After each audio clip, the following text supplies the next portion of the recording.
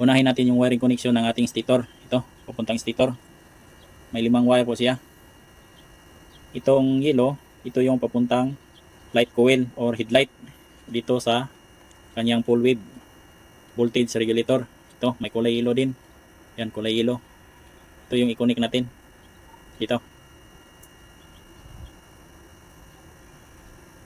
Yan. Tapos itong green, ito yung ground niya. Ground din sa dito. Voltage regulator, kabit natin. Pati ground dito sa kanyang ignition coil. Yan, kulay green. Ito, kulay green.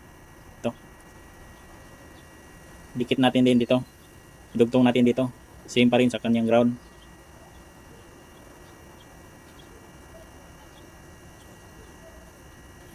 At saka panghuli, itong ground ng kanyang CDI, ito. Idugtong natin dito. Same pa rin, connect natin dito. Lahat ng ground idugtong natin. Yan, 4 na ground siya. Tapos itong blue na may stripe na white, ito yung pulser. Ito yung papuntang CDI. Ito.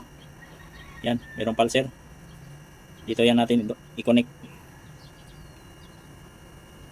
CDI ng pulser, 4-pin CDI. Ito sa kanyang stator. Yan, tapos na po. Ay, meron pang isa.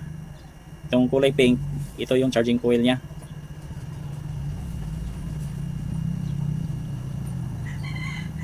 Dito siya papunta sa voltage regulator. Same pa rin, kulay pink. Ito. Yan, kulay pink. Ito. Ang wire. Dugtong natin, connect natin.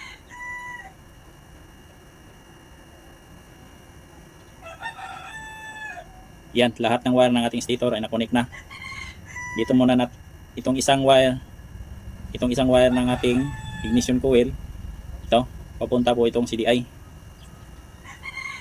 Yan, ignition coil. Dito isa, papuntang CDI. Connect natin, dugtong natin siya. Tapos dito muna tayo sa voltage regulator. Itong kulay red, ito yung papuntang battery. Output po ito, papuntang battery. Galing sa full wave regulator. Ito yung i-connect natin dito sa CDI. Dito, supply ng CDI. Itong galing sa voltage regulator. Itong red, connect natin dito sa 12 volts ng CDI.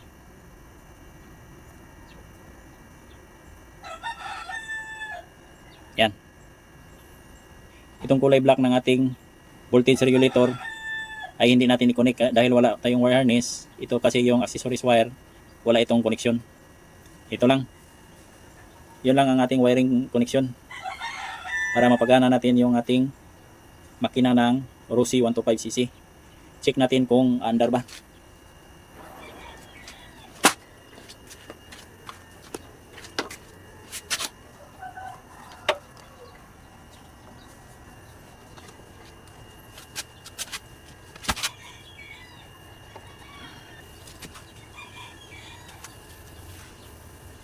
Yan, tapos na natin na-connect yung kanyang spark plug. Galing itong ignition coil.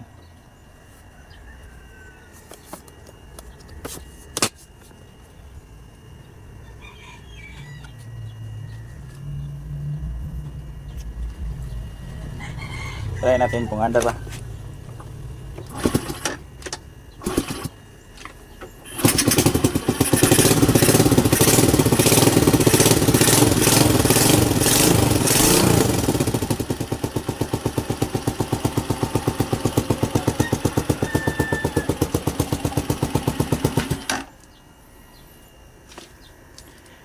Yan, under po siya. Meaning okay yung ating wiring connection o wiring diagram ng ating Rossi 125cc.